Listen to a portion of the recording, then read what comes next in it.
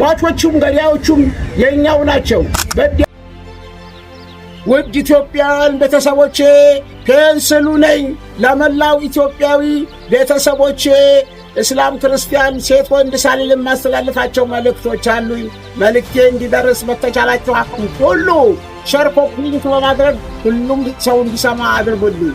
አክሱም ላይ እየተደረገ ያለው በደል፣ አርሲ ላይ እየተደረገው ጭፍጨፋ በተመለከተ ይህ ነገር ፍትህ እየተጠየቀበት ነው ያለው። ፍትህ ስንጠይቅ መጀመሪያ ላይ ግን እኔ ለማስታወስ እንጂ ከናንተ የበለጠ ዕውቀት ኑሮኛ አይደለም፣ ላስታውሳችሁ ብዬ ነው። የመጀመሪያውን ፍትህ መጠየቅ ያለብን ከፈጣሪያችን ነው። ከፈጣሪያችን ፍቃድ ውጪ አንድም ሊሰራ አንድም በደል አንድም ግድያ ሊደረግብን አይችልም። ሟቾቹም ገዳዮቹም የኛው ናቸው። በዳዮቹም ተበዳዮቹም የኛው ናቸው። ስለዚህ ኢትዮጵያ ደግሞ ለሁላችንም ትበቃለች አይደለም? ለኛ ለልጆቿ ከተስማማንና ከተዋደርና ከተፈቃቀርን ከውጭም የተቸገረ ቢመጣ ኢትዮጵያ ለሁላችንም በቂ ናት። ስለዚህ ይህንን ነገር ግምት ውስጥ በማስገባት ስነ ስርዓት የተሻለ ነው። ከዛ አሳልፈን ፈጣሪያችንን ልናስቀይመው አይገባም። ፈጣሪያችንን እኛ የተባላን የምናስቀይመው ከሆነ የሚያመጣብንን በላአ ጠብቁ። በጣም አደጋ የሆነ ነገር ነው። እዚህ ውስጥ ደግሞ ጤነኞችም አሉ። አብረን እንዳናስመታ በፈጣሪያችን የፈጣሪያችን ቅጣት ከባድ ነው። ከዛ ቀጥሎ ወደ ሰዎች ፍትህ ላይ እንረማመዳለን። መጀመሪያ ግን ፈጣሪያችንን አናስቀይም።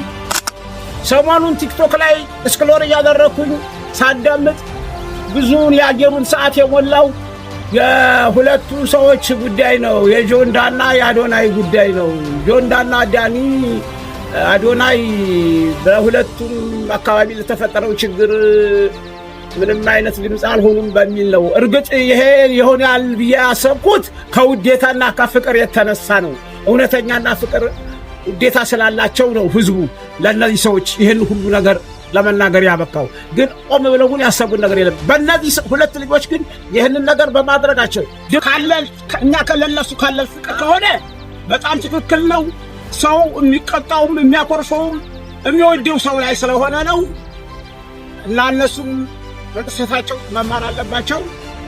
አንፎሎ ዘመቻውን አንስተን ወደ ኖርማል ህይወታቸውና ህይወታችን መግባት አለበት። ወይ ታበታቸው አንለቃቸውም።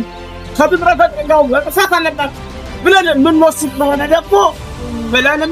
ከሆነ ይገድልን እንዳድን ፈጥን ዝቅት ያደርግ የምንችለው ፈጣሪ ስለሆነ ያንን እንግዲህ ለፈጣሪ ትተናል። እና እኛ ግን ቆም ብለን እንሰብ ነው ቤተሰብ